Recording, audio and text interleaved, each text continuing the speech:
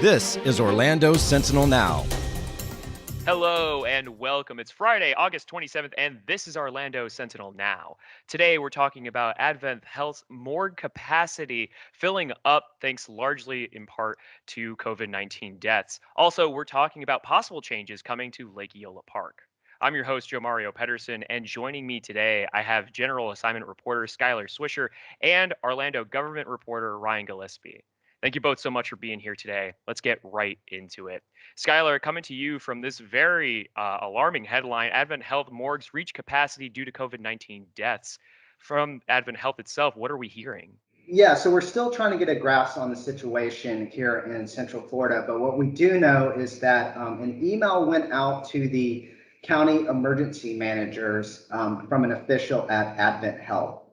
And what this email said was that at 10 AdventHealth campuses, they've reached capacity with the hospital morgue. So what they're having to do is they're bringing in rented refrigerated coolers to serve as kind of an overflow. The reason why this is happening is that they're seeing, a surge in deaths with the COVID-19 pandemic. Following up on that, Skylar, I'm wondering, as far as numbers go, what exactly are we seeing in total number of deaths and cases? This can be difficult to really get kind of a real-time snapshot with deaths because they tend to lag behind cases and hospitalizations. And also there's just a delay in terms of like collecting the info at the state level and compiling these statistics.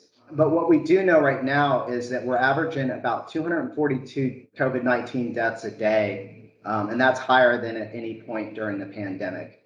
So, Skylar, obviously, this is really distressing to hear. I'm wondering, as far as Central Florida's division for AdventHealth, you mentioned there were 10 AdventHealths throughout that were describing this problem. But here in Central Florida, what is the division attributing the problem to? So they've attributed the issue to a slowdown at the funeral homes. And there's been some reporting that the funeral homes are overwhelmed with the number of bodies coming to them. And that kind of just creates a backlog in the system, so to speak. So at the hospital, the bodies have to stay in the morgue longer. There's limited capacity, and that's why they're having to go out and to get these refrigerated coolers. It's important to note, though, that they say that they have the resources that they need right now. All the bodies are being properly stored. There's no sort of emergency situation now. They say that they have what they need to take care of the situation as it stands right now. Certainly a situation that we'll continue to monitor as we receive updates on this. Skylar, thank you so much. All right, Ryan, I want to come to you now for a very interesting proposal that was made about Lake Eola and possible changes that we might see to improve the park as the city continues to grow. Before we get into those changes, Ryan, who was making this proposal? So it was something that the city sought. The actual plans were laid out by a group called GAI Consultants. They do a bunch of the major design work and things like that for projects you see all around really the state, anything from like highway widenings to things like this, where you're reshaping what is, what the city refers to as its crown jewel, its signature park, Lake Eola. Yeah, easy to see why so many people associate, downtown Orlando with that park. Now, in regards to these changes, what exactly are we talking about? Pretty much everything is the easiest way to put it. So this has been a bit of a long process that turned longer because of the pandemic. It became kind of an 18-month visioning process with, public meetings and surveys and, talking to people about what they want to see in the park. And really what was laid out yesterday was some fairly large changes to some portions and some smaller changes, but really every kind of pocket of Lake Eola that you think about has some changes. We can kind of roll through a couple of them. Maybe the most visually stunning was the Walt Disney Amphitheater, the band shell there that's painted rainbow. The actual physical structure wouldn't be changed, but there's this big like perforated metal roof that they've put over it that would allow for better lighting and audio capabilities and things like that for performances at the theater. But from maybe a park goer standpoint, it provides way more shade, which if you've been in Lake Eola, there's certainly a lack of shade there, especially in the dead of summer. And the other thing too is when the band shell and stuff was built, it was built to seat roughly 950 people.